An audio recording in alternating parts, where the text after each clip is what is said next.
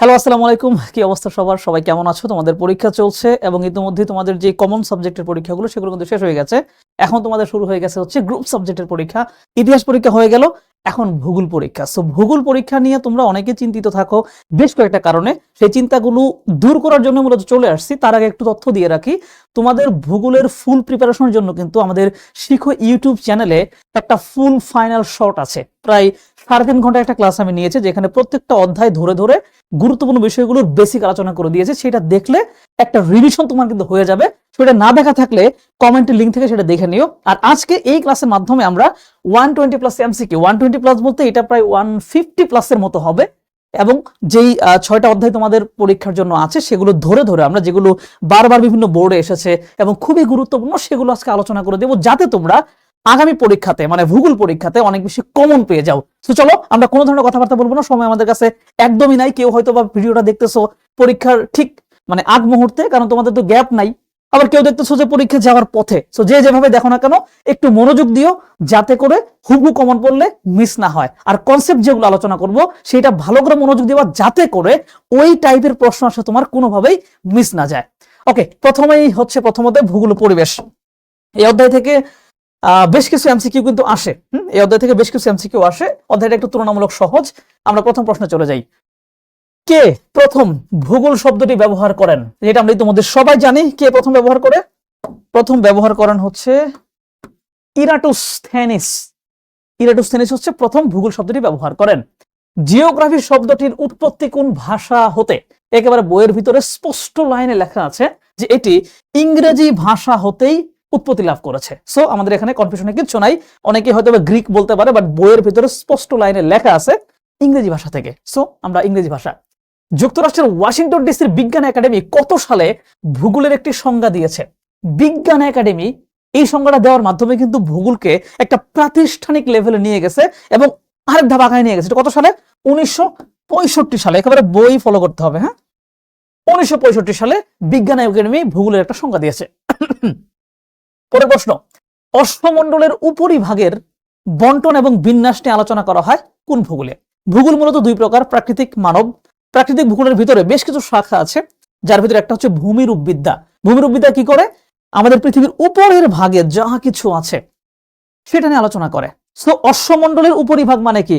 উপরে কি আছে? পাহাড় পর্বত আছে, নদ নদী আছে, এগুলা। সো অশ্বমণ্ডলের উপরিভাগে আলোচনা করে ভূমিরূপবিদ্যা। অনেকেই মৃত্তিকা ভূগোল অ্যান্সার করে ফেলতে পারো। যদি বলা থাকে উপরিভাগের মাটির বন্টন, এখানে যদি মাটির কথা উল্লেখ থাকে তবে উত্তর হবে মৃত্তিকা ভূগোল। কোন শাখাটি মানব ভূগোলের অন্তর্ভুক্ত? প্রাকৃতিক ব্যাপার যেগুলো নাই সেটাই মানব ভূগোল। সমুদ্র প্রাকৃতিক, ভূমিরূপ প্রাকৃতিক, জলবায়ু প্রাকৃতিক। নগর ভূগোল হচ্ছে প্রাকৃতিক না, এটা হচ্ছে মানব ভূগোলের অন্তর্ভুক্ত।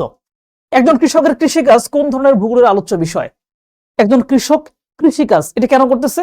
তার অর্থনৈতিক ডেভেলপমেন্টের জন্য করতেছে। এটা হচ্ছে অর্থনৈতিক ভূগোলের মধ্যে পড়ে যায়। তো ভূগোলের, মানব ভূগোলের যে শাখাগুলো আছে এগুলো কিন্তু অসংখ্য শাখা, সবকিছুকেই ভূগোলের মধ্যে নিয়ে আসা যায়। যখন আমি ক্লাসে পড়াইছিলাম তখন এই ব্যাপারগুলো কথাবার্তা বলেছি। ওকে, কোনটি আঞ্চলিক ভূগোলের অন্তর্ভুক্ত নয়? আঞ্চলিক ভূগোলে কি আলোচনা করা হয় যে এই অঞ্চলের জলবায়ু কেমন, এই অঞ্চলের ভূ প্রকৃতি কেমন, এই অঞ্চলে কোন ধরনের জীব জন্তু থাকে, এগুলা। বাট বনজ সম্পদ নিয়ে স্পেসিফিকলি এই আঞ্চলিক ভূগোল আলোচনা করে না। দ্যাটস উত্তরটা হচ্ছে বনজ ভূগোল, সরি বনজ সম্পদ।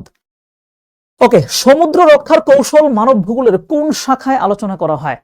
সমুদ্র রক্ষার কৌশল মানে সমুদ্র রক্ষা করতে হবে, এটা কি? দুর্যোগ ব্যবস্থাপনা, রাইট? অর্থনৈতিক, আঞ্চলিক, জনসংখ্যা কোনটার মধ্যে নাই। এটা একটা দুর্যোগ সংক্রান্ত, যে সমুদ্র কখন মানে রক্ষা করবা তুমি। ভেঙে চুরে যাচ্ছে, সমুদ্র নষ্ট হয়ে যাচ্ছে, এগুলো কি? জলবায়ু কেন্দ্রিক, রাইট? এবং জলবায়ু সেটা হচ্ছে দুর্যোগ, দুর্যোগের ভিতরে হচ্ছে দুর্যোগ আছে, দুর্যোগ ব্যবস্থাপনা। পরিবেশের উপাদান কয়টা? পরিবেশের উপাদান কয়টা? দুই রকম, তাই না? একটা হচ্ছে ভৌত প্রাকৃতিক, আর হচ্ছে আর একটা হচ্ছে সামাজিক। দুইটা, আর ভৌত আর কি যেন, যাই হোক আর কি। কোনটি সামাজিক পরিবেশের উপাদান? সামাজিক পরিবেশের উপাদান কোনগুলো? যেগুলো প্রাকৃতিক ব্যাপার না, মানুষ কেন্দ্রিক, মানুষের আচরণ কেন্দ্রিক। যেমন বাতাস, পানি, এগুলো হচ্ছে কি? প্রাকৃতিক ব্যাপার। পরিবেশের উপাদান কয়টি? তো এটা হইলে হলো না। তার মানে শিক্ষাটা হচ্ছে মানুষের আচরণ কেন্দ্রিক, মানুষের সমাজ কেন্দ্রিক জিনিসপাতি। সো এটা হচ্ছে এখানে হয়ে গেল। অর্থনৈতিক পরিকল্পনা গ্রহণের জন্য কোন বিষয়ের জ্ঞান থাকা আবশ্যক? সাধারণভাবে উত্তর হবে অর্থনীতি বিষয়ে, কিন্তু যেহেতু তুমি ভূগোল পরীক্ষা দিতে আসছো দ্যাটস উত্তরটা হবে হচ্ছে ভূগোলের জ্ঞান থাকা আবশ্যক। কারণ ধরো অর্থনীতি নিয়ে বা অর্থনৈতিক পরিকল্পনা করতে গেলে তো অর্থনীতি জানা লাগবেই, বাট ওই পরিকল্পনা কখন অ্যাপ্রোপ্রিয়েট হবে, যদি তোমার যেই অঞ্চলের জন্য তুমি এই পরিকল্পনা নিচ্ছ তুমি যদি ওই অঞ্চলের ভূগোল সম্পর্কে জানো, এই জন্য বলছে ভূগোল জানা লাগবে। ভূপৃষ্ঠের কোন স্থানের অক্ষাংশ, দ্রাঘিমাংশ, এগুলোকে সংখ্যা না, অক্ষাংশ দ্রাঘিমাংশকে সংখ্যা না, দ্যাট মিনস এটা হচ্ছে সংখ্যাতাত্ত্বিক ভূগোলের মধ্যে পড়ে গেছে। বর্তমানে ভূগোলের সাথে কি সম্পৃক্ত করে পড়ানো হয়? ভূগোল যেহেতু প্রাকৃতিক জিনিসপাতি, আর এই প্রাকৃতিক জিনিসপাতি নিয়ে কিন্তু পরিবেশটাও গঠিত হয়, দ্যাটস ওয়াই পরিবেশের মানে পরিবেশকে মিলায় ভূগোলের সাথে পড়ানো হয়, দ্যাটস ওয়াই এটার নাম কি? ভূগোল ও পরিবেশ। ভৌত পরিবেশের উপাদান কোনটি? ভৌত পরিবেশ কোনটা? সাগর, মানে প্রাকৃতিক আর কি, ঠিক আছে। আচার আচরণ, বিদ্যালয়, এগুলো কি সামাজিক, আর প্রাকৃতিক হচ্ছে সাগর। নিচের কোন ভূগোলবিদ ব্রিটিশ ছিলেন? ব্রিটিশ ভূগোলবিদ কে ছিলেন? ম্যাকনি ছিলেন হচ্ছেন ব্রিটিশ ভূগোলবিদ। ভূগোলের কোন শাখায় অশ্বমণ্ডলের উপরিভাগের মৃত্তিকা, এই যে দেখো এখানে মৃত্তিকার কথা বলে দিছে, দ্যাট মিন্স আর কিচ্ছু বলতে হবে না, মৃত্তিকা ভূগোল। বায়ুমণ্ডলের দীর্ঘমেয়াদী আবহাওয়ার ধরন এবং পৃথিবীতে এর প্রভাব সম্পর্কে আলোচনা করা হয় কোন বিষয়ে? বায়ুমণ্ডলের দীর্ঘমেয়াদী আবহাওয়া, মানে আবহাওয়া, জলবায়ু, বায়ুমণ্ডল কোথেকে আসে? এটা কোথায় আসে? জলবায়ু বিদ্যার মধ্যে আসে, জলবায়ু বিদ্যায় আলোচনা করা হয়। রাজনৈতিক বিবর্তন, রাজনৈতিক বিভাগ এবং পরিসীমা ইত্যাদি কোন ভূগোলের মধ্যে? রাজনীতি চলে আসছে, দ্যাট মিনস এটা রাজনৈতিক ভূগোল। মানে মানব ভূগোলের শাখা প্রশাখা এটা বাড়তে বাড়তে সকল সাবজেক্টে ঢুকায় ফেলছে। আর এটা তো পলিটিক্যাল সায়েন্স আলোচনা, বাট এটার মধ্যে বলছে যে রাজনৈতিক ভূগোল। সো যেমনি পড়াইছে আমাদের পড়তে হবে রাজনৈতিক ভূগোল। প্রাকৃতিক ভূগোলের আলোচ্য বিষয় কোনটি? প্রাকৃতিক ভূগোলের আলোচ্য বিষয় কোনটি? দেখা যাচ্ছে অর্থনীতি, শিক্ষা, মূল্যবোধ, এগুলো না। মাটি হচ্ছে প্রাকৃতিক ভূগোলের আলোচ্য বিষয়, কারণ প্রাকৃতিক জিনিসপাতি হচ্ছে প্রাকৃতিক ভূগোলের আলোচ্য বিষয়। এর মাধ্যমে প্রথম অধ্যায় শেষ আমাদের। প্রথম অধ্যায় থেকে এমসিকিউ বেশ ভালো পরিমাণে আসে।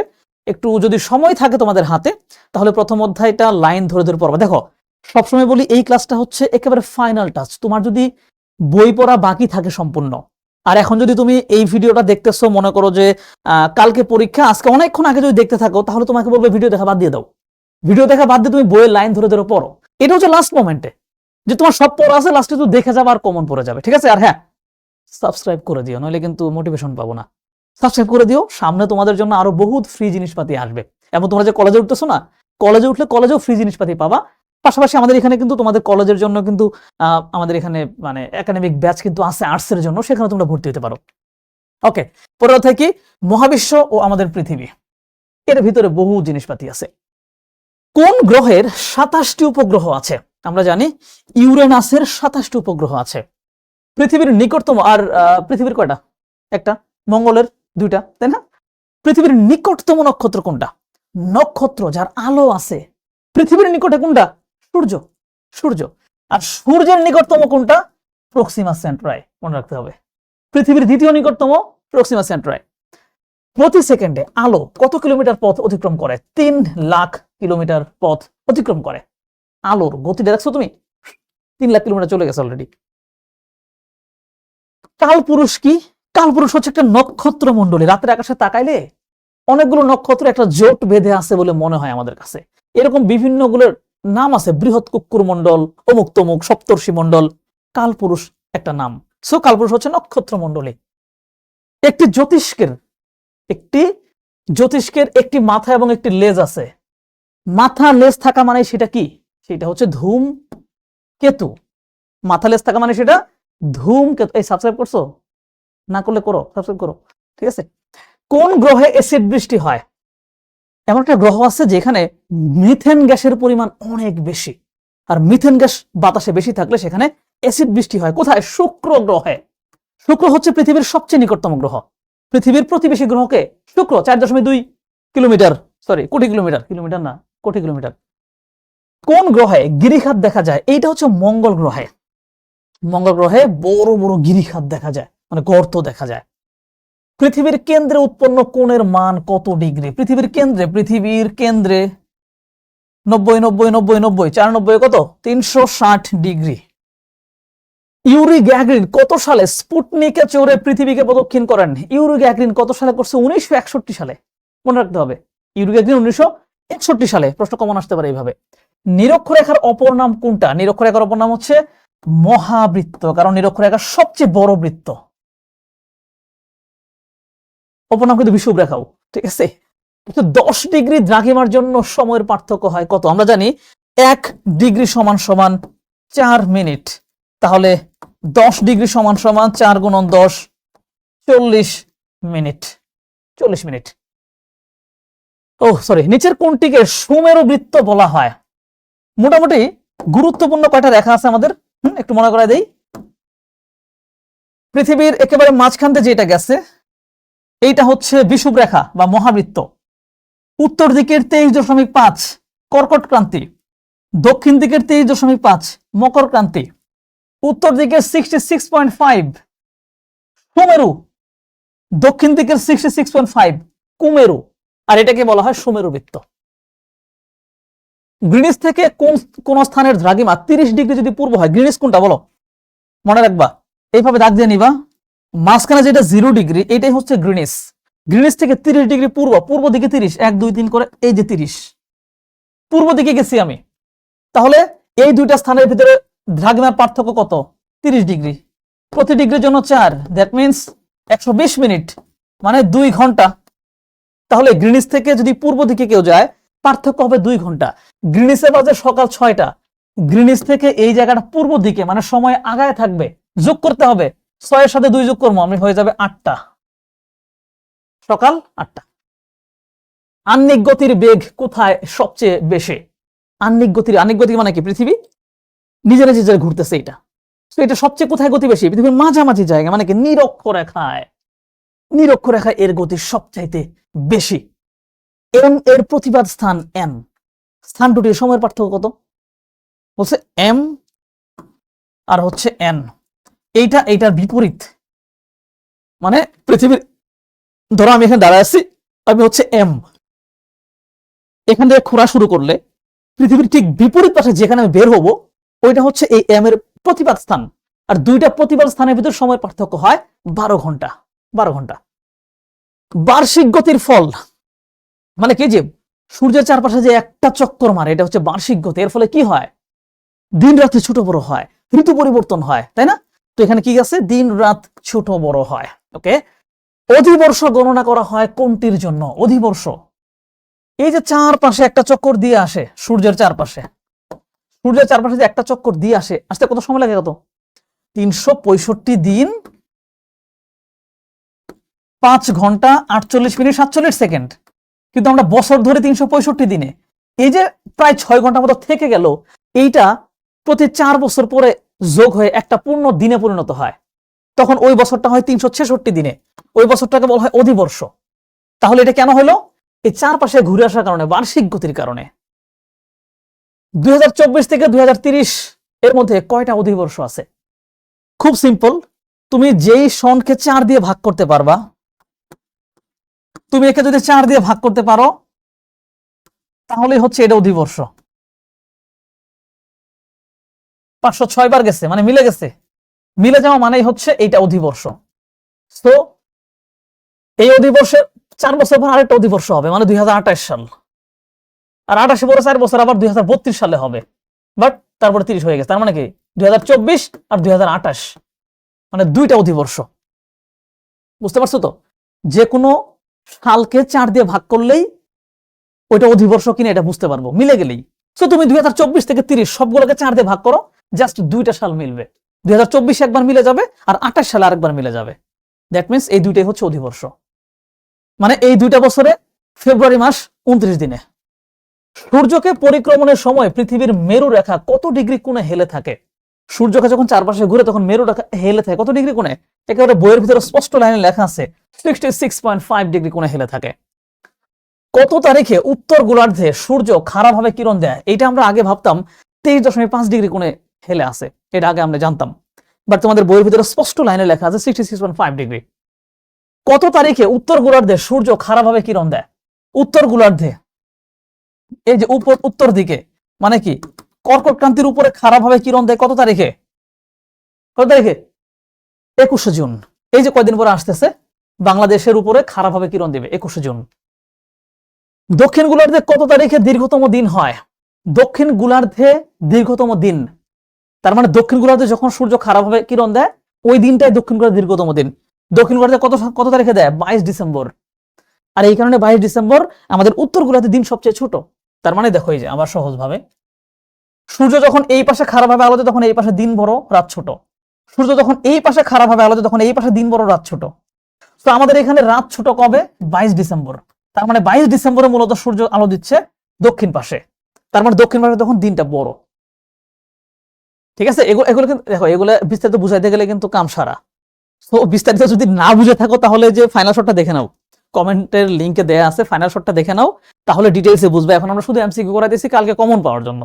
ঠিক আছে, দক্ষিণ গোলার্ধে কত তারিখে দীর্ঘতম দিন হয় পড়ে ফেলছি। বুধ গ্রহের বৈশিষ্ট্য কি? একেবারে বইয়ের ভিতরে বুধ গ্রহ নিয়ে যখন আমি লাইনগুলো পড়তে গেলাম তখন খুঁজে পাইলাম যে এর আকর্ষণ বল অত্যন্ত কম, মানে এর মহাকর্ষ বল তুলনামূলক কম, এই জন্য বায়ুমণ্ডল লাগেই থাকে না। আর বায়ুমণ্ডলের উপর ভাগে তাপমাত্রা স্বল্প, এটা ভুল কথা, কারণ ও তো একদম সূর্যের কাছাকাছি, তাপমাত্রা কম হওয়ার কোনো সুযোগ নাই। তবে ভূমির গঠন এবড়ো থেবড়ো, এইটা আবার বইয়ের ভিতরে লেখা আছে। দ্যাট মিন্স উত্তর হচ্ছে 1 আর 3। ওকে, আমরা 2টা অধ্যায় পড়ে ফেলছি, আমরা 3য় অধ্যায়ে চলে গেলাম, মানে মানচিত্র পঠন এবং ব্যবহার। এইটা একটু বিদঘুটে, মানে মানচিত্রগুলো ক্যাটাগরিগুলো মনে থাকে না, তাই না? মানে একটু ঝামেলা লাগে কেমন যেন। তারপর দেখি, মূল মধ্যরেখা থেকে 5 ডিগ্রি উত্তর দিকে যদি আমি সরে যাই, এইটা হচ্ছে মূল মধ্যরেখা। আমি যদি আমি পূর্ব কিংবা পশ্চিমে সরি তবেই আমার সময়ের পার্থক্য হবে। বাট উত্তরে সরে যাওয়া মানে কি? তুমি আলটিমেটলি মূল মধ্যরেখার মধ্যেই আছো। উত্তর দক্ষিণে সরলে কখনো সময়ের পরিবর্তন হয় না। সো বলছে কি, উত্তর দিকে সরে যাইতে। উত্তর দিকে সরলে কোনো সময়ের পরিবর্তন হবে না, 0 মিনিট। দেয়াল মানচিত্র কোথায় ব্যবহার করা হয় বা কোথায় ব্যবহার করার জন্য তৈরি করা হয়? শ্রেণীকক্ষে ব্যবহার করার জন্য তৈরি করা হয় দেয়াল মানচিত্র। মানচিত্রে কয়টি পদ্ধতিতে স্কেল নির্দেশ করা হয়? 3টা পদ্ধতিতে স্কেল নির্দেশ করা হয়। একটা হচ্ছে লিখিত, আরেকটা হচ্ছে আঁকায় আঁকায় দেয়, আরেকটা হচ্ছে প্রতিভু অনুপাত। 3টি পদ্ধতিতে, মানে একটা বর্ণনামূলক, একটা হচ্ছে সংখ্যায় ওই যে চিত্র মাধ্যমে দেয় আর কি, আর একটা হচ্ছে প্রতিভু অনুপাত। আগের দিনে কিসের উপর মানচিত্র আঁকা হতো? আগের দিনে কাপড়ের উপর মানচিত্র আঁকা হতো। কোন মানচিত্রের মাধ্যমে হিসাব করে সরকার ভূমির মালিক থেকে কর নেয়? বাংলায় লিখলে হচ্ছে এটা মৌজা মানচিত্র, রাইট? মানে গ্রাম ভিত্তিক জমির মালিকানা ফালিকানা এগুলো নিয়ে যেটা করবে সেটা হচ্ছে মৌজা মানচিত্র। এইটার ইংরেজি বা একটু সুন্দর নাম কি? Cadastral map, cadastral.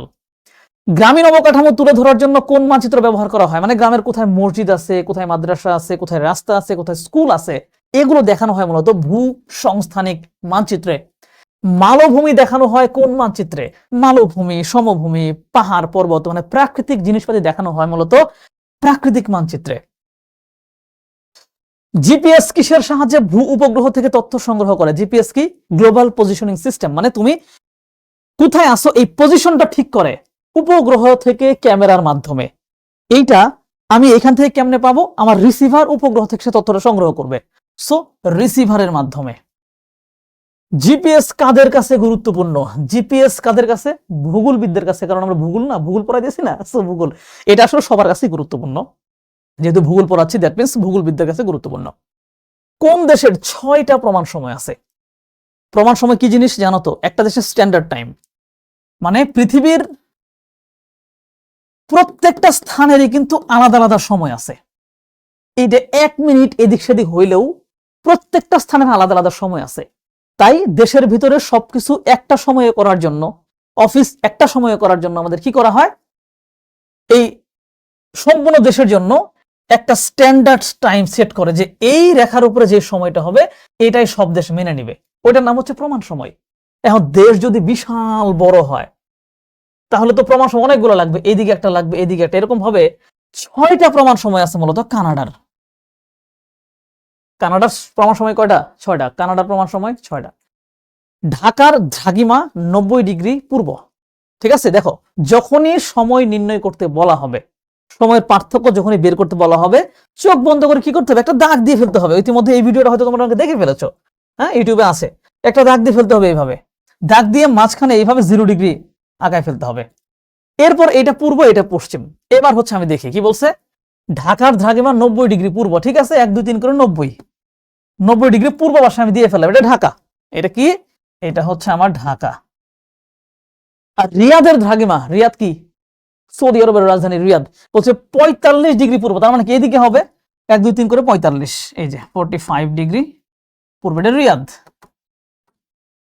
এখন বলছে এই দুইটার ভিতরে সময়ের পার্থক্য কত হবে? খুবই সিম্পল, এই দুইটার ভিতরে দ্রাঘিমার পার্থক্য বের করো, 45 ডিগ্রি 4 দিয়ে গুণ করো, 3 ঘন্টা বের হবে। ঠিক আছে, হিসাব করে নিও, 3 ঘন্টা বের হবে, 3 ঘন্টা। ওকে, তো এখানে তোমাদের সময় নির্ণয় নিয়ে একটু কিছু বেসিক তথ্য দিই, এটা নিয়ে প্রশ্ন আসে অনেক বেশি, তাই আমি একটু বলে দিই। দেখো, সময় নির্ণয় করার সময় জাস্ট আমাদের জানতে হবে কি, একদম সহজ ভাষায় বোঝার চেষ্টা করো, দ্রাঘিমার পার্থক্য জানতে হবে সময় নির্ণয় করার জন্য। দ্রাঘিমার পার্থক্য বের করা হয়ে গেছে মানেই আমার সময় নির্ণয় একদম সহজ। জাস্ট ওই পার্থক্যটাকে 4 দিয়ে গুণ করব, 4 দিয়ে গুণ করব। তো এটা আমি কিভাবে করব? দ্রাঘিমার পার্থক্য কেমনে বের করব? দ্রাঘিমার পার্থক্য বের করা একদম সহজ, জাস্ট প্রশ্নেই বলা থাকবে। ধরো প্রশ্নে বলা থাকলো যে ক স্থানের দ্রাঘিমা হচ্ছে 40 ডিগ্রি পশ্চিম। কি বলছে এখানে একটু ভালো করে মনে রাখো, আমি 1 মিনিটের ভিতরে একটু বিষয়টা বুঝাই দিচ্ছি। ক স্থানের দ্রাঘিমা 40 ডিগ্রি পশ্চিম, আর বললো খ স্থানের দ্রাঘিমা 20 ডিগ্রি পূর্ব। জাস্ট যা যা বলা থাকবে এটা কি করতে হবে, আমাকে একটা দাগ কল্পনা করব, মাঝখানে 0 ডিগ্রি কল্পনা করব, এইটা হচ্ছে পূর্ব, এই পাশে পূর্ব, আর এই পাশে হচ্ছে পশ্চিম, এই পাশে হচ্ছে পশ্চিম। জাস্ট এখানে এটা আমি স্থাপন করব। ক স্থান কোথায়? পশ্চিম পাশে আছে, সো পশ্চিম পাশে 1 2 3 করে পশ্চিম পাশে 40 ডিগ্রি, এটা হচ্ছে ক। আর খ স্থান কোথায় আছে? পূর্ব পাশে আছে, পূর্ব দিকে 20 ডিগ্রি, 1 2 3 4 20, এটা হচ্ছে খ।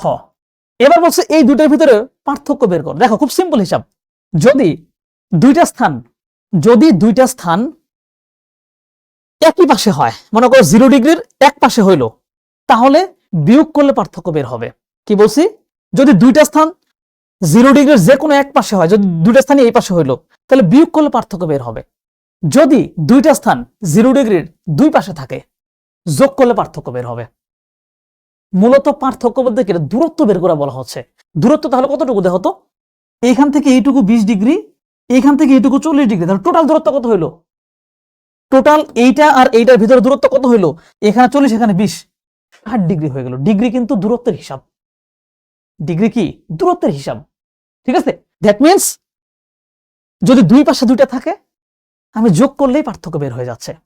আর যদি দুইটাই এক পাশে থাকে, তাহলে বিয়োগ করে পার্থক্য কত বের হচ্ছে? এখানে 60 ডিগ্রি, 60 ডিগ্রি আমি 4 দিয়ে গুণ করে দিব, কত হইলো? 240 মিনিট। 240 মিনিটকে আমি মিনিটকে আমি ঘন্টায় রূপান্তর করব, 4 ঘন্টা বের হবে। তাহলে এই দুইটা স্থানের ভিতরে সময়ের পার্থক্য হচ্ছে 4 ঘন্টা। কথা হচ্ছে সময়ের দিকে আগায় থাকবে কে? যে পূর্ব দিকে থাকবে সেই আগায় থাকবে। এর ভিতরে পূর্ব দিকে কি আছে? এ পূর্ব দিকে আছে। যদি এই 20টা এইখানে হইতো, তারপরেও কি আগায় থাকতো? ওই কিন্তু আগায় থাকতো। তো ওর সাথে শুধু ওই ঘন্টাটা আমি মিলাই দিব, হয়ে গেল। এটা ছিল তোমাদের একটা কনফিউশন। এই সময় নির্ণয় থেকে সময় নিতে আর একটা কনফিউশন আছে, এরকম বলা থাকে যে ক স্থানের দ্রাঘিমা হচ্ছে 30 ডিগ্রি 30 ডিগ্রি, আর খ স্থানের দ্রাঘিমা হচ্ছে 20 ডিগ্রি 20 মিনিট। এই যে একটা দশমিক টাইপের যখন চলে আসে, তখন কি করবা? এই দশমিক টাইপের চলে আসাটা আমি এখন তোমাদের বুঝাই দিব, তাহলে হচ্ছে এটা নিয়ে আর কোনো প্রশ্ন তোমাদের কোনোদিন থাকবে না। খুবই সিম্পল। দেখো, আমরা কিন্তু এই যে ডিগ্রি মিনিট, এগুলো কি দূরত্ব, দূরত্ব না? মনে করো আমি তোমাকে বললাম, যদি তোমাকে টাকার হিসাব করে বলি, তোমাকে বললাম যে 6 টাকা 100 পয়সা আছে আমার কাছে, তার মানে আসলে কয় টাকা আছে বলো তো? 100 পয়সা সমান সমান কত? 1 টাকা না? তার মানে আমি কিন্তু একবারে বলতে পারি যে 7 টাকা আছে আমার কাছে, একবারে বলতে পারি 7 টাকা আছে। অথবা আমি 7 টাকাকে ভেঙে লিখতে পারি যে 6 টাকা 100 পয়সা আছে আমার কাছে। এই ডিগ্রির ক্ষেত্রে এই ডিগ্রির পরে যে অংশটা থাকে, এটা হচ্ছে মূলত মিনিট। এই মিনিটটা কিভাবে থাকে? এটা হচ্ছে 60 মিনিট হইলে 1 ডিগ্রি হয়, বুঝো? কিন্তু এখানে কি বলছিলাম, 100 পয়সা হইলে সেটা 1 টাকা হয়ে যায়। আর ডিগ্রি মিনিটের বেলায় 60 মিনিট সমান 1 ডিগ্রি হয়। তার মানে আমি যদি এইভাবে লিখি 10 ডিগ্রি, এটাকে আমি ভেঙে এইভাবে লিখতে পারি 9 ডিগ্রি 60 মিনিট, একই কিন্তু একই। তার মানে যখন আমি এই যে দুইটা জিনিস পাইছি, যে ক হচ্ছে 30 ডিগ্রি, খ হচ্ছে 20 ডিগ্রি 20 মিনিট, তাহলে আমি এখানে বিয়োগ করে কিভাবে পার্থক্য বের করব? দুইটা যদি একই পাশে হয়, মনে করো এইটাও পূর্ব এইটাও পূর্ব, যেহেতু দুইটা একই পাশে আছে আমার তো বিয়োগ করে পার্থক্য বের করতে হবে। কিভাবে বিয়োগ করব? এই 30 থেকে এটা বিয়োগ দিতে হবে। তাহলে বিয়োগ দেওয়ার সহজ উপায় কি? আমি 30কে ভেঙে কিভাবে লিখতে পারি? 29 ডিগ্রি 60 মিনিট লিখতে পারি কিনা? একই কিন্তু। আর নিচে আছে 20 ডিগ্রি 20 মিনিট। এবার কিন্তু বিয়োগ করা আমার কাছে একদম সহজ। নর্মাল যে বিয়োগের নিয়ম সেই বিয়োগ করে দিলে হয়ে গেল। এখানে থাকলো 40, এখানে ডিগ্রি, এখানে থাকলো হচ্ছে 9। তাহলে পার্থক্য বের হলো আমার 9 ডিগ্রি 40 মিনিট। এবার এই 9 ডিগ্রি 40 মিনিটকে আমি কি করব? এই 9 ডিগ্রি 40 মিনিটকে আমি পার্থক্য কত বের হয়েছে? 9 ডিগ্রি 40 মিনিট। তাহলে এই যে ডিগ্রির অংশটুকু থাকলো, এর সাথে আমি সময়ের গুণ করব কত? 9 গুণন 4 মিনিট মিনিট। আর এই যে পরের মিনিট থাকলো ওর সাথে গুণ করবো আমি সেকেন্ড। 4 শূন্য গুণ 4 সেকেন্ড সেকেন্ড। এবার তাহলে এখানে কত বের হয়েছে? 4 নং 36। এখানে কত বের হয়েছে? 4 4 16 160 160 160 সেকেন্ড। তাহলে 160 সেকেন্ড সমান কত মিনিট? 2 minute 40 second. 2.40 মিনিট। তাহলে এটাকে আমি এর সাথে যোগ করে দিব। 36 যোগ 2 তার মানে কি 38 মিনিট 40 সেকেন্ড আমার টোটাল পার্থক্য বের হলো। বুঝতে পারছো? যদি এই ঘটনা উল্টা ঘটে, যে দুইটা স্থানের কথা বলা আছে, যে ক 30 ডিগ্রি 20 মিনিট পূর্ব আর খ 50 ডিগ্রি 10 মিনিট পশ্চিম, তাহলে এটার পার্থক্য আমরা বের করবো। একটা পূর্ব একটা পশ্চিম, মানে যোগ করতে হবে।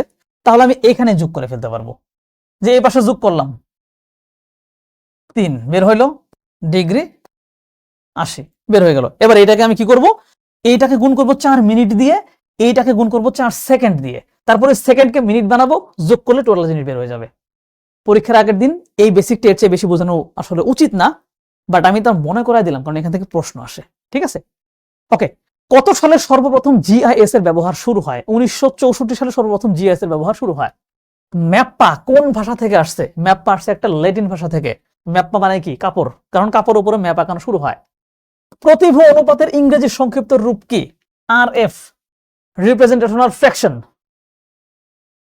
টোপোগ্রাফিক মানচিত্রের বাংলা নাম কি? টোপোগ্রাফিক মানচিত্রের বাংলা নাম হচ্ছে প্রাকৃতিক বিষয়ক মানচিত্র। এই যে মানচিত্র যদি এইটা দেখানো হয়, এটা কোনটাকে বোঝায়? যদি এরকম থাকতো একটা, তাহলে বলা যেত রেল লাইন। মাঝখানে দুইটা দিয়ে এরকম ভাবে দিছে, দ্যাট মিন্স এটা একটা বাঁধ বোঝাবে, বাঁধ। পৃথিবীর নিজ অক্ষের উপর একবার আবর্তন করতে কত মিনিট লাগে? নিজ অক্ষে একবার ঘুরতে লাগে হচ্ছে টোটাল ধরো 24 ঘন্টা।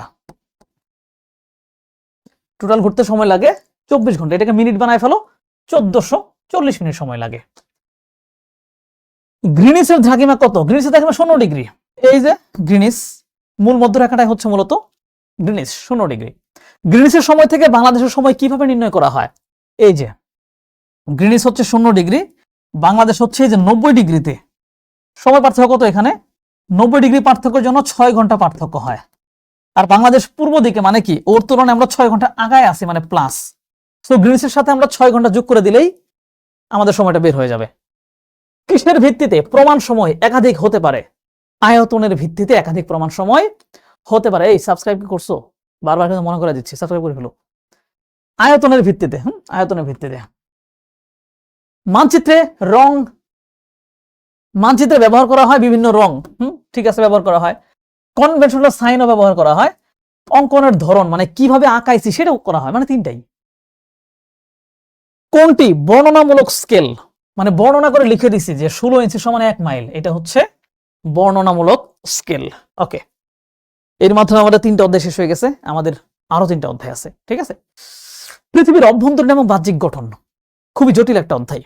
এই অধ্যায়ের ভিতর থেকে এত বেশি এমসিকিউ এবং এত জটিল জটিল এমসিকিউ মনোযোগ না ধরে রাখলে ভুল করে ফেলবা। সো আমি এখানে গুরুত্বপূর্ণ বিষয়গুলো তুলে নিয়ে আসছি। প্রথম প্রশ্ন, ভূত্বকে মহাদেশের তলদেশের পুরুত্ব কত? মানে ভূত্বক মানে কি? অশ্বমণ্ডল। অশ্বমণ্ডল মহাদেশ মানে কি? স্থলভাগ। স্থলভাগ নিচে কত কিলোমিটার বেশি? প্রায় 35 কিলোমিটার গভীর, সমুদ্রের তলদেশে 5 কিলোমিটার, এভারেজ 20 কিলোমিটার। মনে থাকবে? কোনটি গ্রাফাইট থেকে উৎপন্ন হয়, মানে কি রূপান্তরিত শিলার কথা বলা হচ্ছে, কয়লা থেকে গ্রাফাইট উৎপন্ন হয়। কোন খনিজ দ্বারা গুরুমণ্ডল গঠিত? অশ্বমণ্ডলের নিচেই হচ্ছে গুরুমণ্ডল। কার্বন ডাই অক্সাইড দিয়ে গঠিত না, লোহা দিয়েও না, নিকেল দিয়েও না। লোহা নিকেল হচ্ছে কেন্দ্রমণ্ডল গঠিত, তার মানে কি সিলিকন ডাই অক্সাইড দিয়ে গঠিত। ভূপৃষ্ঠ থেকে অভ্যন্তরের দিকে প্রতি 100 মিটারের জন্য, মূলত 1000 মিটারের জন্য 30 ডিগ্রি তাপমাত্রা বাড়ে। 1000 মিটার সমান কি 1 কিলোমিটার? এই 1000 মিটারের 10 ভাগের 1 ভাগ হচ্ছে 100 মিটার, তার মানে এর 10 ভাগের 1 ভাগ হচ্ছে 3 ডিগ্রি সেলসিয়াস তাপমাত্রা বৃদ্ধি পাবে। নিচের কোনটি একটি মাত্র মৌল দ্বারা গঠিত? একটি মাত্র মৌল মানে কি এটা ধাতু বলা যেতে পারে। হ্যাঁ, শিলা ও খনিজ পড়ার সময় দেখছি আমরা, পারদ হচ্ছে একটি মাত্র মৌল দিয়ে গঠিত, এটা একটা ধাতু। হ্যাঁ, মানে মৌলিক পদার্থ আর কি, প্রকৃতিতে প্রাপ্ত মৌলিক পদার্থ। কোনটি আগ্নেয় শিলা? আগ্নেয় শিলা কোনটা? ডাইক। এখানে দেখো, আমি এখানে এই আগ্নেয় শিলা বোঝার জন্য দুইটা জিনিস আমি উঠাই নিয়ে আসছি তোমাদের বলে দেওয়ার জন্য। মনে রাখবা, আগ্নেয় শিলা দুই রকম, বহিজ, অন্তজ। এই সবগুলো মনে রাখতে হবে। বহিজ কি কি? বহিজ আগ্নেয় শিলাগুলোর মধ্যে আছে ব্যাসল্ট, রায়োলাইট, অ্যান্ডিসাইট। এগুলো বহিজ আগ্নেয় শিলা, ব্যাসল্ট, রায়োলাইট, অ্যান্ডিসাইট। ঠিক আছে, তাহলে ব্যাসল্ট কি? আগ্নেয় শিলা, বহিজ আগ্নেয় শিলা। আবার অন্তজ আগ্নেয় শিলা মানে ভেতরের দিকে যে আগ্নেয় শিলাগুলো আছে, কি কি আছে দেখো, গ্রানাইট, গ্যাব্রো, ডোলোরাইট, ল্যাকোলিথ, ব্যাথোলিথ, ডাইক, সিল। এই যে ডাইক, ডাইক মূলত অন্তজ আগ্নেয় শিলা। আমি কিন্তু মনে করে দিলাম, মাথার ভিতর খেয়াল রাখো, প্রয়োজনে বই বের করে 2-3 বার পড়া যাবে, এখান থেকে এমসিকিউ আসে। বুঝতে পারছো? আগ্নেয় শিলার বৈশিষ্ট্য কি? আগ্নেয় শিলা হচ্ছে একেবারে প্রাথমিক, মানে ওই জ্বলন্ত পৃথিবী শীতল হয়ে যে শিলাটা গঠিত হয়েছে ওইটাই তো আগ্নেয় শিলা। তার মানে প্রাথমিক শিলা। এর ভিতরে কি থাকে না? জীবাশ্ম কিচ্ছু থাকে না, কারণ এটা তো উত্তপ্ত ছিল, জীবাশ্ম দেখা যায় না। কোনটি ব্যাসল্ট শিলার বৈশিষ্ট্য? ওই ব্যাসল্টটাই তো আগ্নেয় শিলা, জীবাশ্ম দেখা যায়। ব্যাসল্টে জীবাশ্ম দেখা যায়? এটা আমি একটু কনফিউজ। দাঁড়াও, এটা আমি একটু কনফিউজ। এটা হচ্ছে তোমরা হচ্ছে একটু বইটা দেখে নিও। আমি এখানে সম্ভবত এখানে নাই, এটা একটু দেখে নিবা। ঠিক আছে, দেখে আমাকে একটু কমেন্টে জানাবা। এটা একটু দেখে নাও যে ব্যাসল্ট শিলার বৈশিষ্ট্য কোনটা, কমেন্টে একটু জানো। আমি এটা একটু কনফিউজ হয়ে গেছি, বাট সময় নাই যেহেতু, সো তাড়াতাড়ি শেষ করে দিচ্ছি। কোন শিলার মধ্যে নানা প্রকার উদ্ভিদ এবং জীবজন্তুর দেহাবশেষ বা জীবাশ্ম দেখা যায়? কোন শিলার মধ্যে নানা রকম উদ্ভিদ জীবাশ্মগুলো? পাললিক শিলার মধ্যে। পাললিক শিলার মধ্যে মানে আমি যতটুকু জানি এটা হচ্ছে ওই জীবাশ্ম দেখা না যাওয়ার কথা না, বুঝতে পারছো? বাট এখানে সম্ভবত ভুল করে চলে আসছে। জীবাশ্ম, উদ্ভিদ এগুলো কোথায়? পাললিক শিলা, যেগুলো স্তরে স্তরে জমা হয়। পাললিক শিলা কি স্তরে স্তরে জমা হয়। কোনটি আকস্মিক পরিবর্তন? আকস্মিক পরিবর্তন 3টা জিনিস মূলত, ভূমিকম্প, আগ্নেয়গিরি আর সুনামি। এখানে সুনামি আছে, সুনামি আনসার। আর বাকি 3টা কি? ধীর পরিবর্তনের সাথে কানেক্টেড। আসামে কত সালে ব্যাপক ভূমিকম্পে পুরাতন ব্রহ্মপুত্র নদ এর তলদেশ কিছুটা উঁচু হয়ে যায়? 1787 সালে। এই জন্য কিন্তু ব্রহ্মপুত্র নদ এদিক দিয়ে প্রবাহিত হয়ে ময়মনসিংহ দিয়ে এদিকে গেছিল, বাট এখন এখান থেকে যমুনা নদীর উৎপত্তি হয়ে গেছে। তো যদি বলা হয় যে কত সালের ভূমিকম্পের কারণে যমুনা নদীর উৎপত্তি হয়েছে, উত্তর সেম, 1787 সালের ভূমিকম্পের কারণে। ছোট আকারের আগ্নেয়গিরিকে কি বলে? ছোট আকারের আগ্নেয়গিরিকে বলা হয় সিন্ডার কোন। এখানেও আগ্নেয়গিরি নিয়ে তথ্য আমি বইয়ের একদম ছবি তুলে নিয়ে চলে আসছি। এগুলো মনে রাখতে হবে যে পৃথিবীতে কোথায় কোন আগ্নেয়গিরির নাম কি। আমি একটু বলে দিচ্ছি, মনে রাখো। সক্রিয় আগ্নেয়গিরি কোনটা কোনটা বলো? যেসব আগ্নেয়গিরির অগ্নুৎপাত এখনো বন্ধ হয় নাই, এখনো বিস্ফোরিত হয়ে আগুন টাগুন বের হয়। উদাহরণ কি কি? উদাহরণ হচ্ছে হাওয়াই দ্বীপের মাউনা লেয়া, মাউনা কেয়া। হাওয়াই দ্বীপের মাউনা লেয়া, মাউনা কেয়া হচ্ছে সক্রিয় আগ্নেয়গিরির উদাহরণ। সুপ্ত আগ্নেয়গিরি মানে ভেতরে আছে বাট বের হচ্ছে না, যে কোনো সময় বের হতে পারে। এটা উদাহরণ কোনটা? গুরুত্বপূর্ণ একটা মারাত্মক উদাহরণ, জাপানের ফুজিয়ামা। জাপানের ফুজিয়ামা সুপ্ত আগ্নেয়গিরি। মৃত আগ্নেয়গিরি কোনটা? যেটা আর কোনোদিনই বের হবে না, ভিতর থেকে কিছু মরে গেছে। ইরানের কোহি সুলতান। ইরানের কোহি সুলতান, এটা হচ্ছে মৃত। তার মানে এই 3টা হচ্ছে আগ্নেয়গিরির অ্যাক্টিভিটি মানে অ্যাক্টিভনেসের উপর ভিত্তি করে। আকার আকৃতির উপর ভিত্তি করে আরো কিছু ক্যাটাগরি আছে। ধরো ফিল্ড আগ্নেয়গিরি। শিল্ড আগ্নেয়গিরি, এটা কোনটা? গম্বুজ আকৃতির শিল্ড আগ্নেয়গিরি। এর তলদেশ চওড়া, ঢাল সামান্য, সাধারণত আকৃতি। এগুলোর ক্যাটাগরি খুব একটা আসবে না, বাট উদাহরণ আসতে পারে। যেমন হাওয়াই দ্বীপের মাওনা লেয়া। মাওনা লেয়া কিন্তু একটা সক্রিয় আগ্নেয়গিরি, আকৃতির বিবেচনায় এইটা আবার শিল্ড আগ্নেয়গিরির মধ্যে পড়ে যায়। স্ট্র্যাটো আগ্নেয়গিরি, উদাহরণ কি কি? স্ট্র্যাটো আগ্নেয়গিরি উদাহরণ হচ্ছে, আছে উদাহরণ, বইয়ের ভিতরে উদাহরণ দেয় নাই, দ্যাট মিনস এটা আসবে না। সিন্ডার কোনটা আসে? সিন্ডার কোন আগ্নেয়গিরি কোনটা? আকারে ছোট আগ্নেয়গিরিগুলোকে সিন্ডার কোন আগ্নেয়গিরি বলা হয়। আমরা এটা কিন্তু দেখতেছিলাম, আকারে একটু যেগুলো ছোট সেগুলোকে সিন্ডার কোন আগ্নেয়গিরি বলা হয়। মূলত এর গড় আকৃতি হচ্ছে 800 মিটার চওড়া আর 100 মিটার উঁচু। ঠিক আছে। মেক্সিকোর পেরিকোটিন এর উদাহরণ। উদাহরণ কি? মেক্সিকোর পেরিকোটিন। এগুলো একটু যদি খাতায় লিখে লিখে দেখো তাহলে কিন্তু মনে থাকবে, কালকের জন্য বলতেছি, এমসিকিউর জন্য ইম্পর্টেন্ট। ওকে, হাওয়াই দ্বীপের মাওনা লেয়া কোন প্রকার? পড়ে ফেলছি আমরা, এটা সক্রিয় আগ্নেয়গিরি। তারপর পদ্মা এবং মেঘনার মিলনস্থল, দুই বাতু যেখানে মিলিত হবে এটাকে বলা হবে নদী সঙ্গম। তিস্তা করতোয়া কোন প্রকার নদী? তিস্তা করতোয়া দুইটাই। তিস্তা এসে ব্রহ্মপুত্র মিলিত হয়েছে, করতোয়া যমুনাতে মিলিত হয়েছে। এইটা হচ্ছে বড় নদী। যখন ছোট নদী এসে বড় নদীতে পড়বে তখন এটাকে বলা হবে উপনদী, আর সেখানে পড়বে এটাকে বলা হবে উপনদী। দুইটাই হচ্ছে উপনদী। ঊর্ধ্বগতিতে নদীর প্রধান কার্য কোনটি? ঊর্ধ্বগতি মানে পাহাড়ি অঞ্চলে নদী কি করে? প্রধানত সে ক্ষয় করে। ঠিক আছে, এখানে দেখো সবগুলাই ক্ষয়ের মধ্যে আছে। নদীর গভীরতা বৃদ্ধি, এটা উত্তর হয়ে যায়। খাত তৈরি, এটা উত্তর হয়ে যায়। বাট ভূমির ক্ষয় সাধনটা হচ্ছে বেশি অ্যাপ্রোপ্রিয়েট, ক্ষয় সাধন করে।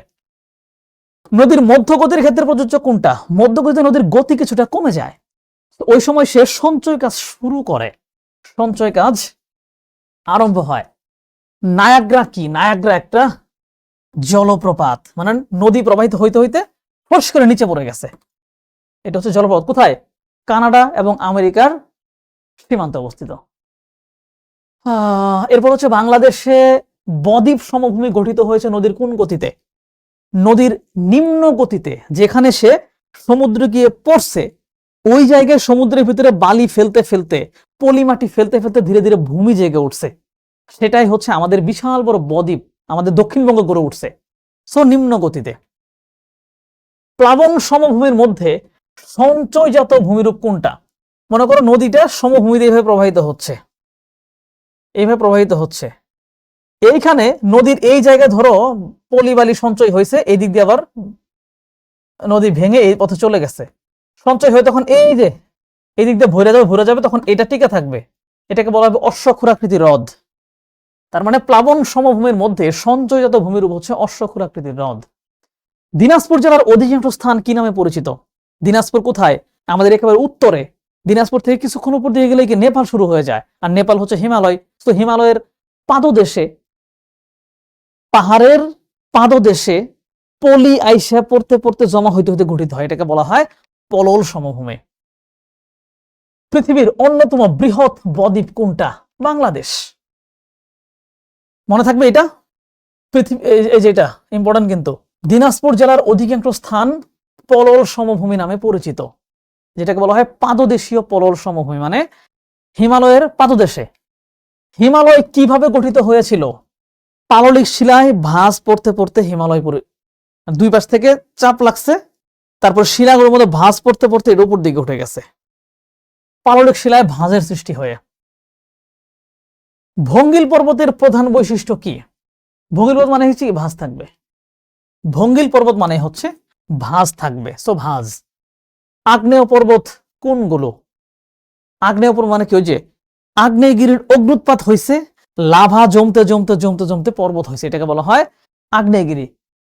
আগ্নেয়গিরি পর্বত কোনটা কোনটা দেখো, ভিসুভিয়াস আর হচ্ছে পিনাটবো।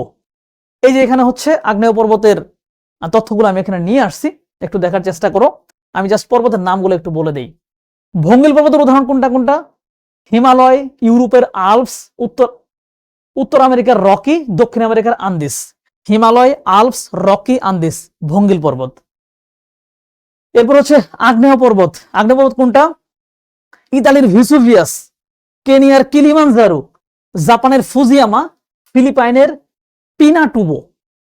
এই যে ফিলিপাইনের পিনাটুবোটা কিন্তু হচ্ছে মনে থাকে না। চ্যুতিস্তূপ পর্বত মানে ফুস করে চ্যুতি নামে গেছে, একটা অংশ উপরে উঠে গেছে। এটা কোনটা? এখান থেকে প্রশ্ন আসে। ভারতের বিন্ধ্যা এবং সাতপুরা পর্বত, জার্মানির ব্ল্যাক ফরেস্ট, পাকিস্তানের লবণ পর্বত। মনে থাকবে, জার্মানির ব্ল্যাক ফরেস্ট চ্যুতিস্তূপ, ভারতের বিন্ধ্যা এবং সাতপুরা চ্যুতিস্তূপ, আর এটা কি? পাকিস্তানের লবণ পর্বত চ্যুতিস্তূপ। ল্যাকোলিক পর্বত, এটা হচ্ছে কি নিচ থেকে ম্যাগমা বের হচ্ছিল, কিছুক্ষণ এসে আটকায় গেছে, উপরে এরকম গম্বুজের মতো হয়ে গেছে। এটা উদাহরণ কি বলতো? এবার হেনরি, যুক্তরাষ্ট্রের হেনরি, এটা হচ্ছে এই পর্বতের উদাহরণ। ওকে, জার্মানির ব্ল্যাক ফরেস্ট কোন ধরনের পর্বত? বলে ফেলছি, চ্যুতিস্তূপ পর্বত। স্পেন কোন ভূমির উপর অন্তর্ভুক্ত? স্পেন একটা উঁচু এরকম ভূমি, দ্যাট মিনস এটা মালভূমি, মহাদেশীয় মালভূমি। মহাদেশীয় মালভূমি কি? স্থলভাগে একটা মালভূমি, যেটা হচ্ছে কোনো পর্বত দ্বারা বেষ্টিত না। সমুদ্রপৃষ্ঠ থেকে অল্প উঁচু মৃদু ঢাল বিশিষ্ট বিস্তৃত ভূমিকে কি বলে? সমভূমি বলে। সমুদ্রপৃষ্ঠ, এটা মনে করো সমুদ্র, সামান্য উঁচু, এটা হচ্ছে সমভূমি। ওকে, আমরা আরেকটা অধ্যায় চলে আসছি, বায়ুমণ্ডল। বায়ুমণ্ডলে কি কি আছে? পৃথিবীর গভীরতম মহাসাগর কোনটা? প্রশান্ত মহাসাগর। এখানে হচ্ছে বোঝানোর পরিমাণ কম। প্রশান্ত মহাসাগর। এশিয়া এবং আফ্রিকা মহাদেশ পরিবেষ্টিত মহাসাগর কোনটা? এশিয়া আর আফ্রিকা। এশিয়া, সরি এটা Africa. High high high high. তারপর হচ্ছে যে এই জায়গায় এশিয়া আফ্রিকা হচ্ছে ভারত মহাসাগর। কোন মহাসাগরের চারদিকে স্থল দ্বারা বেষ্টিত? উত্তর মহাসাগরের চারদিকে স্থল, একেবারে উত্তরের বিন্দুতে একটা মহাসাগর আছে, তার চারপাশে স্থলভাগ। উত্তর মহাসাগর হচ্ছে স্থলভাগ দ্বারা বেষ্টিত। কোন মহাসাগরের বিস্তৃতি আমেরিকা, ইউরোপ এবং আফ্রিকা মহাদেশ ব্যাপী? এই যেরকম একটা এস আকৃতির একটা মহাসাগর আছে, আটলান্টিক মহাসাগর। এই পাশে আমেরিকা, এইখানে ইউরোপ, এইখানে হচ্ছে আফ্রিকা। আটলান্টিক মহাসাগর। সমুদ্র তলদেশের ভূমিরূপকে কয় ভাগে ভাগ করা হয়েছে? 5 ভাগে ভাগ করা হয়েছে। কি কি? মহীসোপান, মহীঢাল, গভীর সমুদ্রের সমভূমি, নিমজ্জিত শৈলশিরা, গভীর সমুদ্র খাত। এই 5টা ভাগে ভাগ করা হয়েছে। ভিক্টোরিয়া হ্রদ কোথায় অবস্থিত? এটা হচ্ছে আফ্রিকাতে অবস্থিত। খুব সুন্দর একটা জায়গা ভিক্টোরিয়া হ্রদ। মহীসোপান কত ডিগ্রি কোণে সমুদ্র তলদেশে নিমজ্জিত থাকে? মানে সমুদ্র যেখানে শুরু আর মাটি যেখানে শেষ, এরপর এটা খুবই আস্তে আস্তে নিচের দিকে নামে, মাত্র 1 ডিগ্রি কোণে বেঁকে নিচের দিকে নামে। চারদিকে স্থলভাগ বেষ্টিত জলভাগকে কি বলে? বিশাল বড় জলভাগ, চারপাশে স্থলভাগ, এটাকে বলা হবে হ্রদ। ছোট্টটাকে বলা হবে পুকুর। ছোট্ট হইলে পুকুর, বিশাল বড় হইলে হ্রদ। সমুদ্রের গভীরতা মাপা হয় কোন যন্ত্রের মাধ্যমে? ফ্যাথোমিটারের মাধ্যমে, মূলত শব্দ ব্যবহার করে, শব্দ তরঙ্গ ব্যবহার করে। মিস্টার আকাশ সমুদ্রের একটি বিশেষ ভূমিরূপ নিয়ে গবেষণা করছিলেন। মিস্টার আকাশ কি করতেছিল? সমুদ্রের একটা বিশেষ ভূমিরূপ নিয়ে গবেষণা করতেছিল। তিনি সেখানে মৃত প্রাণীর দেহাবশেষ এবং পলি দেখতে পান। সমুদ্রের 5টার ভিতরে কোন জায়গাগুলো জমা থাকে? মহীঢালে জমা থাকে। একেবারে বইয়ের ভিতরে স্পষ্টভাবে লেখা আছে, মহীঢালে জমা থাকে। মহীসোপানের বিস্তৃতি নির্ভর করে কোনটির উপর? হচ্ছে এই যে যেখান থেকে সমুদ্র শুরু, এখানে ভূমিরূপটা এইভাবে আস্তে আস্তে নিচে নেমে গেল, এটা কতক্ষণ আস্তে আস্তে নামবে, নাকি হুট করে নিচে নেমে যাবে? কিসের উপর নির্ভর করে? এই যে স্থলভাগে যদি পাহাড় পর্বত থাকে, এটা যদি এরকম থাকে, সেটা মানে উপকূলের বন্ধুরতা। পৃথিবীর বৃহত্তম মহীসোপান কোথায়?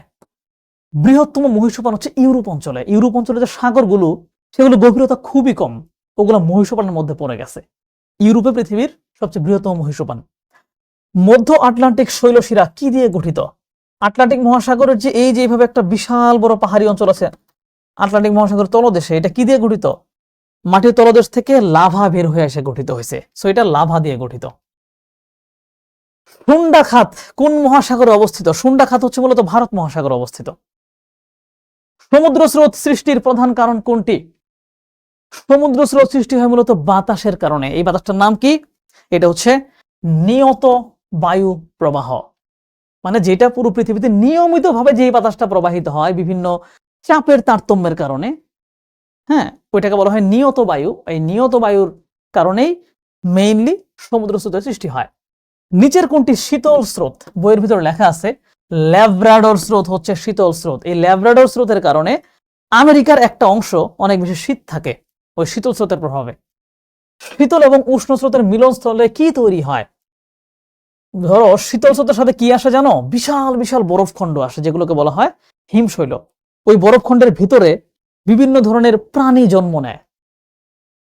প্লাঙ্কটন টাইপের। আর এটা যখন একটা উষ্ণ স্রোতের সাথে মিলিত হয়, তার মানে উষ্ণ স্রোতের তো তাপমাত্রা বেশি, তখন ওই শীতল স্রোতের ওই বরফটা ভেঙে যায়, ভেঙে গিয়ে ওই প্লাঙ্কটন গুলো বের হয়ে চলে আসে। যেখানে ওই প্লাঙ্কটন গুলো বের হয়ে গেল ওই জায়গাটাকে বলা হয় মগ্নচোরা। আর ওখানে প্রচুর মাছ পাওয়া যায়, কারণ ওই প্লাঙ্কটন গুলো মাছে খাওয়ার জন্য আসে, ওখান থেকে মানুষ মাছ ধরে। সো শীতল এবং উষ্ণ স্রোতের মিলনস্থলকে বলা হয় মগ্নচোরা। ডগার্স ব্যাংক কোথায় অবস্থিত? এটা মূলত একটা বালুচর টাইপের, মানে একটু চরের মতো একটা সমুদ্রের তলদেশে। এটা কোথায়? ব্রিটিশ দ্বীপপুঞ্জে অবস্থিত, মানে ইংল্যান্ডের দিকে আর কি। পৃথিবীর অধিকাংশ মাছ ধরা হয় কোন উপকূলে? মগ্নচোরাগুলো বেশি কোথায়? জাপানের পাশে। তো এখানে প্রচুর মাছ পাওয়া যায়, যেটা হচ্ছে নিউ ফাউন্ডল্যান্ড এবং জাপান। এখানে প্রচুর মাছ ধরা হয়। খুবই গুরুত্বপূর্ণ একটা প্রশ্ন, মাথায় রেখো। দক্ষিণ আমেরিকার আতাকামা মরুভূমি কোন স্রোত দ্বারা প্রভাবিত? এটা তোমাদের বইয়ে সরাসরি নাই, বাট পরীক্ষায় আসছিল একবার। শীতল পেরু স্রোতের মাধ্যমে দ্বারা প্রভাবিত। বিখ্যাত টাইটানিক জাহাজে কিসের আঘাতে ডুবে গিয়েছিল? টাইটানিক জাহাজ কিসের আঘাতে ডুবে গেছিল? ওই যে শীতল স্রোতের সাথে বিশাল বড় বরফখণ্ড আসছিল, যেটার নাম হচ্ছে হিমশৈল, এইটার আঘাতেই ভেঙে পড়ছিল। সমুদ্র উপকূলবর্তী নদীর জলরাশির নিয়মিত ফুলে ওঠাকে কি বলে? জোয়ার বলে। সহজ। চাঁদ এবং সূর্য 90 ডিগ্রি কোণে অবস্থান করলে পৃথিবী পৃষ্ঠে জোয়ার ভাটার কিরূপ পরিবর্তন ঘটবে? ধরো এটা হচ্ছে পৃথিবী, এইখানে হচ্ছে সূর্য, এখানে চাঁদ। 90 ডিগ্রি থাকলে চাঁদের আকর্ষণটা মূলত বেশি থাকবে, চাঁদের টানটাই বেশি হবে। কক্সবাজারের উপকূলীয় এলাকায় কোন পারমাণবিক খনিজ পাওয়া গেছে? ইলমেনাইট। ইলমেনাইট। বঙ্গোপসাগরের তলদেশে কত প্রজাতির চিংড়ি পাওয়া যায়? বইয়ের ভিতরে স্পষ্টভাবে আছে কিনা আমি জানি না, বাট এটা হচ্ছে প্রায় 19 প্রজাতির চিংড়ি পাওয়া যায়। আর না থাকলে একটু বই দেখে নিও, হ্যাঁ, আমি একটু কনফিউজ। 19 প্রজাতির চিংড়ি পাওয়া যায়। মহীসোপান সৃষ্টির কারণ কি? মহীসোপান কেন সৃষ্টি হয়? কারণ সমুদ্র পৃষ্ঠের উচ্চতার ভিন্নতা, সমুদ্র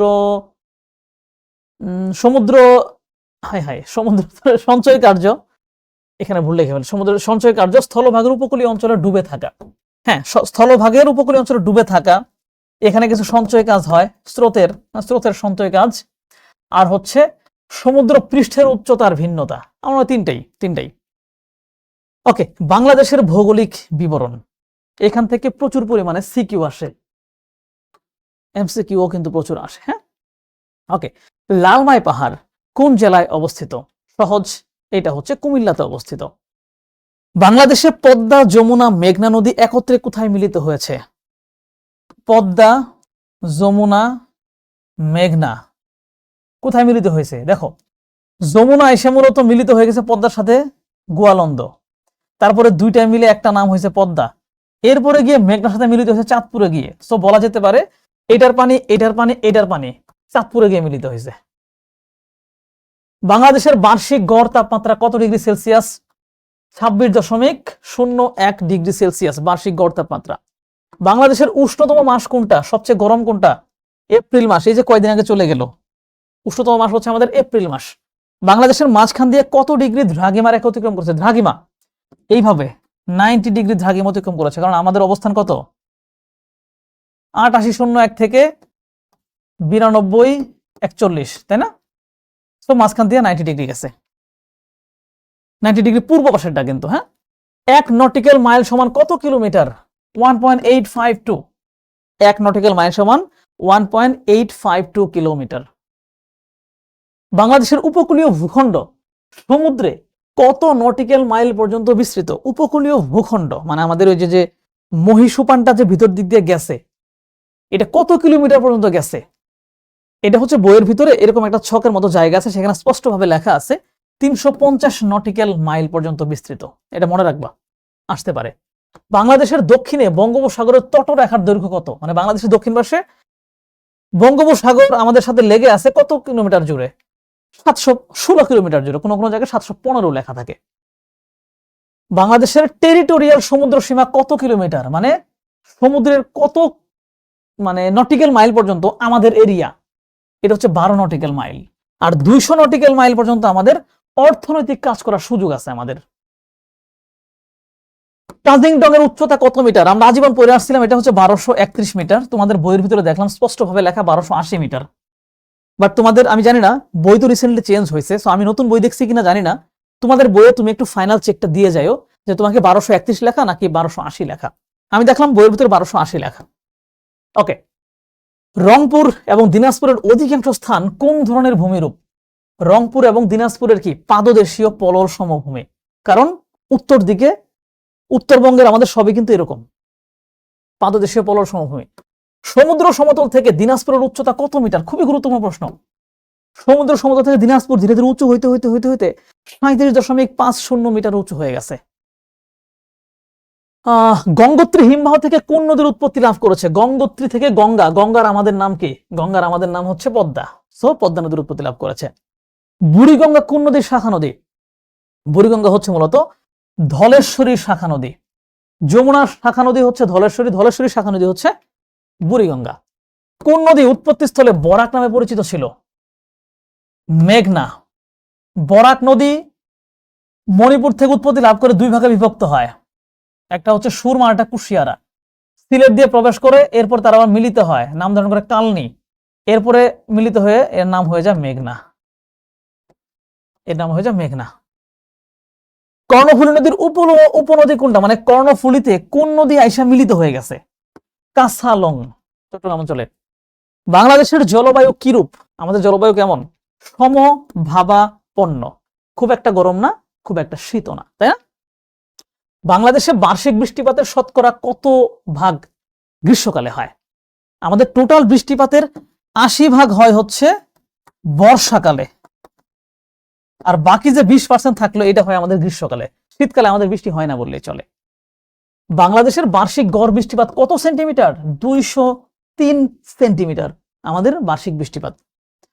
মৌসুমী বায়ুর প্রভাবে বাংলাদেশে কখন বৃষ্টিপাত সংঘটিত হয়? মৌসুমী বায়ুর প্রভাবে বাংলাদেশে কখন হয়? বর্ষাকালে, তাই না? বর্ষাকালটা কখন? আমাদের একেবারে জুন থেকে অক্টোবর মাস পর্যন্ত। এই তোমরা কি জানো আমাদের শিক্ষতে কিন্তু মানবিকের পূর্ণাঙ্গ কোর্স আছে, 9, 10-এও আছে, আবার কলেজে একেবারে প্রায় 11টা সাবজেক্ট নিয়ে কিন্তু আমাদের পূর্ণাঙ্গ মানবিকের কোর্স আছে। সো তোমরা যারা হচ্ছে এসএসসি পাস করে উঠবা মানবিকের, তোমরা চাইলে কিন্তু আমাদের সাথে সারা বছর পড়াশোনা করতে পারো। ইতিমধ্যেই 2027 ব্যাচের সবাই কিন্তু পড়াশোনা আমাদের সাথে করতেছে।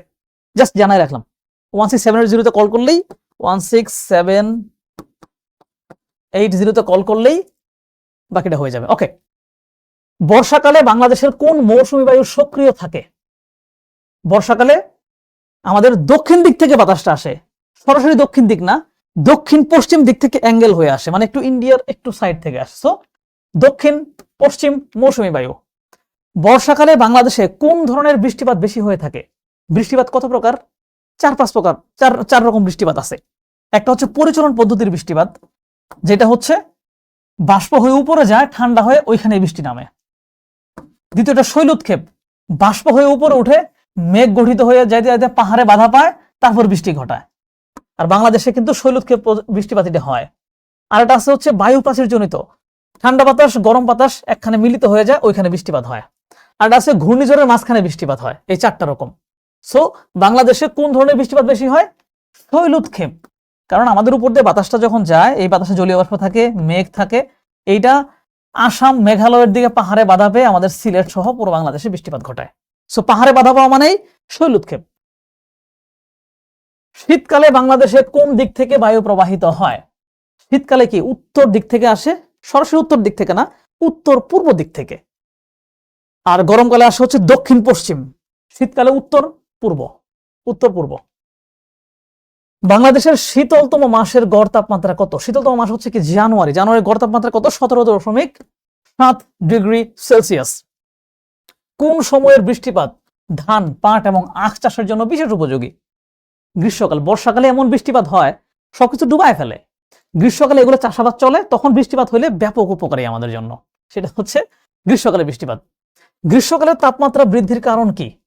সূর্য আমাদের উপরে কি খারাপভাবে আলো দেয়, এই জন্য। সো সূর্যের লম্বভাবে কিরণ দেওয়ার কারণে আমাদের তাপমাত্রা বৃদ্ধি পায়। বাংলাদেশের দক্ষিণ পূর্বাঞ্চলে পাহাড়গুলো সম্পর্কে যেটি প্রযোজ্য। বাংলাদেশের পাহাড়ি অঞ্চল মূলত 2টা, চট্টগ্রাম অঞ্চল, এটাকে বলা হয় দক্ষিণ পূর্ব অঞ্চল, আর সিলেট অঞ্চল, এটা হচ্ছে উত্তর পূর্ব অঞ্চল। তো চট্টগ্রাম অঞ্চলের পাহাড়গুলো অনেক বড় বড়। গড় উচ্চতা কত? 610 মিটার। সর্বোচ্চ শৃঙ্গ এই অঞ্চলেই। রাঙ্গামাটি, বান্দরবান, ঠিক আছে, বাট সিলেটটা পড়ে গেছে হচ্ছে উত্তর পূর্ব দিকে। দ্যাট মিনস 1 আর 2 অ্যান্সার। ও লাস্ট এইটাই শেষ অধ্যায়। অলরেডি 1 ঘন্টার আমরা কাছাকাছি সময় আসছি, সো অল্প সময়ের মধ্যে শেষ হয়ে যাবে এটা। বাংলাদেশের প্রাকৃতিক দুর্যোগ, এখান থেকে প্রশ্ন আসবেই, মাস্ট প্রশ্ন আসবে। আমরা কয়েকটা প্রশ্ন দেখার চেষ্টা করি।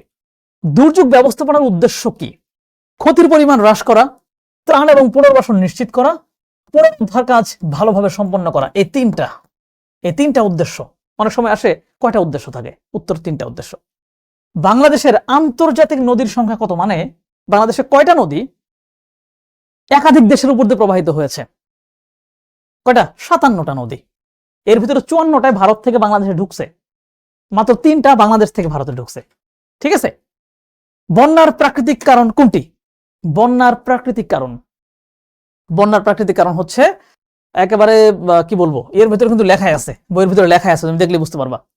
মৌসুমী জলবায়ুর প্রভাব, মানে যেহেতু আমাদের এখানে বর্ষাকালে প্রচন্ড পরিমাণে বৃষ্টি হয়, উত্তর দিকে অনেক পাহাড়ি অঞ্চল, ওই পাহাড়ি অঞ্চলে ব্যাপক বৃষ্টি হয়, এই বৃষ্টির পানিগুলো নদীর মধ্যে আইসা নদীর পানি বেড়ে যায়, তখনই কিন্তু বন্যাটা হয়। সো প্রাকৃতিক কারণ কোনটা? মৌসুমী জলবায়ু তো প্রাকৃতিক জিনিসপাতি। অপর্যাপ্ত বৃষ্টিপাতের ফলে কি হয়? যদি বৃষ্টিপাতের পরিমাণ কম হয় তাহলে মাটির আর্দ্রতা কমে যায়। সুমন আর স্কুলে যেতে পারছে না, কারণ স্কুল নদী গর্ভে বিলীন হয়ে গেছে। মানে কি? নদী ভাঙন। সুমনদের স্কুল কোন দুর্যোগে আক্রান্ত হয়েছে? নদী ভাঙনে আক্রান্ত হয়েছে। নদী ভাঙনের কারণ এখানকার কোনটা? নদী ভাঙনের কারণ এখানে হচ্ছে নদীর গতিপথ পরিবর্তন। নদীর গতিপথ পরিবর্তন করলে নদী ভেঙে যায়। কারণ ধরো নদীটা এদিক দিয়ে আইসা এদিকে বাঁকা হয়ে গেছে, বর্ষাকালে যখন প্রচুর পানি একদিকে ধাক্কা দিবে, এই যে বাঁক ঘোরার আগেই এই জায়গাতে কিন্তু সে ভেঙে ফেলবে। ঠিক আছে। আর কারণগুলো হচ্ছে বইয়ের ভিতরে 4-5টা কারণ স্পষ্টভাবে লেখা আছে, দেখে নিও। তার ভিতরে এই কারণটাও আছে। বাংলাদেশে সিডর কত সালে সংগঠিত হয়? সিডর হয় 2007 সালে। 29 এপ্রিল 1991 সালে ঘূর্ণিঝড়ে বাংলাদেশে কি পরিমাণ মানুষ মারা গিয়েছিল? 5708 জন মানুষ মারা গিয়েছিল। বাংলাদেশের ভূমিকম্প সংগঠনে মাঝারি ঝুঁকিপূর্ণ অঞ্চল কোনটা? মাঝারি ঝুঁকিপূর্ণ অঞ্চল হচ্ছে মূলত বাংলাদেশ, যদি আমি এইভাবে আঁকানোর চেষ্টা করি,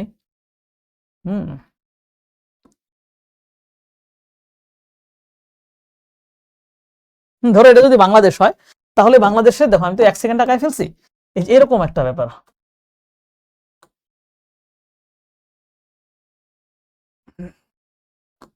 এই অংশটা হচ্ছে সবচেয়ে বেশি ঝুঁকিপূর্ণ, আর সবচেয়ে কম ঝুঁকিপূর্ণ হচ্ছে এই যে এই পাশের অঞ্চলটুকু, আর এই যে মাঝখানে যেটুকু থেকে গেল এটুকু হচ্ছে কম ঝুঁকিপূর্ণ, সব মধ্যাঞ্চল। নিচের কোন জেলায় বড় ধরনের ভূমিকম্প সংঘটিত হওয়ার সম্ভাবনা আছে? এই দেখো এখানে কি সবচেয়ে ঝুঁকিপূর্ণ কোনটা বলছি? এই পাশের টুকু। এখানে কি সিলেট না? সো সিলেটে সবচেয়ে বেশি ভূমিকম্প হওয়ার সম্ভাবনা আছে, কারণ সিলেট ডাউকি ফল্টের উপর অবস্থিত। সো কয়েকটা প্লেটের সীমান্তে সিলেট অবস্থিত। কোন দুর্যোগটি বাংলাদেশের জন্য কম ঝুঁকিপূর্ণ? বাংলাদেশে সুনামির সম্ভাবনা খুবই কম, বন্যা নিয়মিত হয়, ঘূর্ণিঝড় ব্যাপক পরিমাণে হয়, নদী ভাঙন তো হয়েই যাচ্ছে। সো সুনামি আমাদের এখানে একটু কম ঝুঁকিপূর্ণ, কারণ আমরা সমুদ্রের একদম এই পাশে থাকি, বড় ঢেউ আসলেও হচ্ছে আমাদের এখানে ওইভাবে হয়তো আসবে না। দুর্যোগ ব্যবস্থাপনার প্রধান উদ্দেশ্য কয়টা? একটু আগে আমরা পড়ে ফেলেছি, 3টা উদ্দেশ্য থাকে দুর্যোগ ব্যবস্থাপনার। দুর্যোগের দীর্ঘস্থায়ী হ্রাস এবং দুর্যোগ পূর্ব প্রস্তুতিকে কি বলে? প্রশমন বলে। দুর্যোগ পরবর্তী কার্যক্রম কোনটা? মনে করো দুর্যোগটা মাত্র শেষ হইলো, সাথে সাথে কি করতে হবে? সারাদান করতে হবে, যে এই আমরা আসছি, আমরা আসতেছি। তো সারাদান হচ্ছে দুর্যোগ ঘটার পরেই। সারাদান এর পরবর্তী কার্যক্রম কোনটা? সারাদানের পরে আমাদের দেখতে হবে কার কি অবস্থা, সেখান থেকে তাকে পুনরুদ্ধার করতে হবে। দুর্যোগের অন্যতম কারণ কি? বাংলাদেশের দুর্যোগের অন্যতম কারণ কি? আমাদের ভৌগোলিক অবস্থান। আমরা ভৌগোলিকভাবে এমন জায়গায় অবস্থিত যে কারণে ভূমিকম্প হয়, অবস্থানের কারণে এখানে ঘূর্ণিঝড় আঘাত হানে, অবস্থানের কারণে প্রচুর নদী আসছে উপর দিয়ে, তো এখানে বন্যা হয়, নানান কিছু। সো ভৌগোলিক অবস্থান। কোন ধরনের বন্যা স্বল্পস্থায়ী? জোয়ার ভাটাজনিত বন্যাটা স্বল্প, কারণ প্রতি 6 ঘন্টা পর পর জোয়ার হয়, 6 ঘন্টা পরে জোয়ার হয়, 6 ঘন্টা পরে ভাটা হয়। তো জোয়ার হয় তখনই বন্যা হয়, আমার একটু পরে নেমে যায়। সো জোয়ার ভাটাজনিত বন্যাটা হচ্ছে ক্ষণস্থায়ী। আকস্মিক বন্যা দেখা যায় কোন অঞ্চলে? পাহাড়ি অঞ্চলে আকস্মিক বন্যা দেখা যায় কিভাবে? ধরো পাহাড়ের উপরের দিকে প্রচন্ড বৃষ্টি হয়েছে, ওই বৃষ্টির পানি নদী দিয়ে প্রবাহিত হওয়ার সময় পাহাড়ে ধুমধাম করে বন্যা হয়ে গেছে, তারপরে একটু পরে পানি সব নেমে গেছে। আকস্মিক ভাবে বন্যা হয় পাহাড়ি অঞ্চলে। ঘূর্ণিঝড় কি ধরনের প্রাকৃতিক দুর্যোগ?